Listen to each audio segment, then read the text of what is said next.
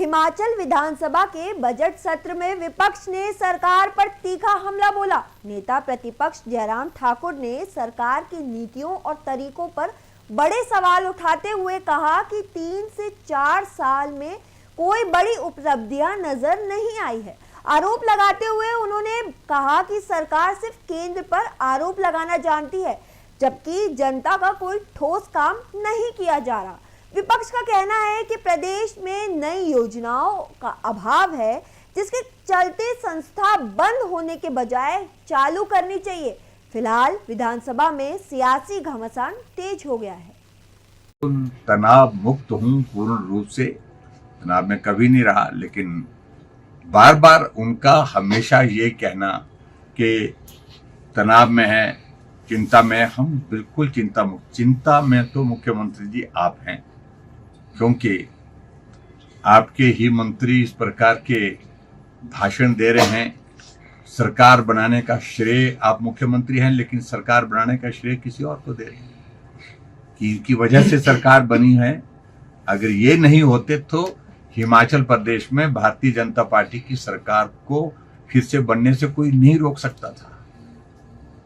यानी कि मुख्यमंत्री का खास मंत्री जो खुलेआम मीडिया के सामने इस बात का जिक्र कर रहा है और भाषण में भी अपना जिक्र कर रहा है कि डिप्टी चीफ मिनिस्टर के कारण सरकार बनी है और किसी और के वजह से सरकार नहीं बनी है। आखिरकार वो क्या संदेश देना चाह रहे हैं और मुख्यमंत्री इस संदेश को कैसे लेते हैं, मैं उन पर छोड़ देता हूँ। सरकारी कर्मचारियों के लिए ड्रेस कोड लागू किया है। दूसरे जो सोशल मीडिया के इस्तेमाल पर अधिकारी और कर्मचारियों के लिए नई गाइडलाइन जारी की है, इसमें आपकी प्रतिक्रिया?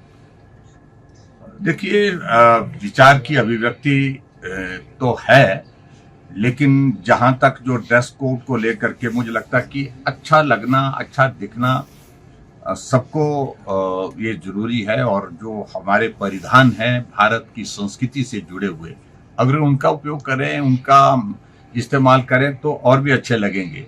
और मैं समझता हूं कि ये आवश्यक है, और खास तौर से जो सरकारी सेवा में है उनको तो बहुत डिसेंट होकर के रहना चाहिए, ये आवश्यकता भी है।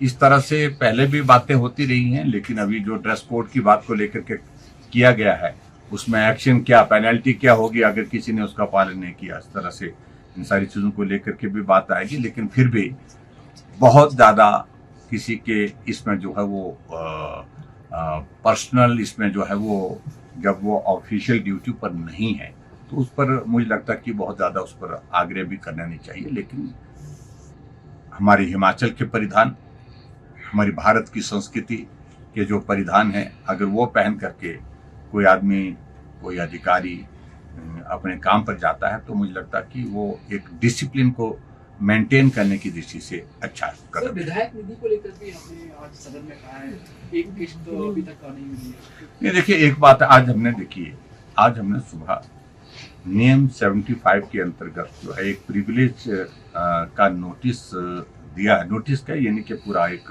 स्पीकर महोदय जी को दिया है कि मुख्यमंत्री जी हाउस के अंदर, और वो डॉक्यूमेंट के हिस्से हैं जो बार बार बोलते हैं, झूठ बोलते हैं, उस पर अमल नहीं करते। और उस दृष्टि से हमने सिलसिलेवार उसमें और रेफरेंसेस भी किए हैं। ये बोला था, ये नहीं हुआ, ये बोला था, ये नहीं हुआ। और बजट स्पीच के हिस्से बहुत सारे हैं उस सारी चीज को लेकर के।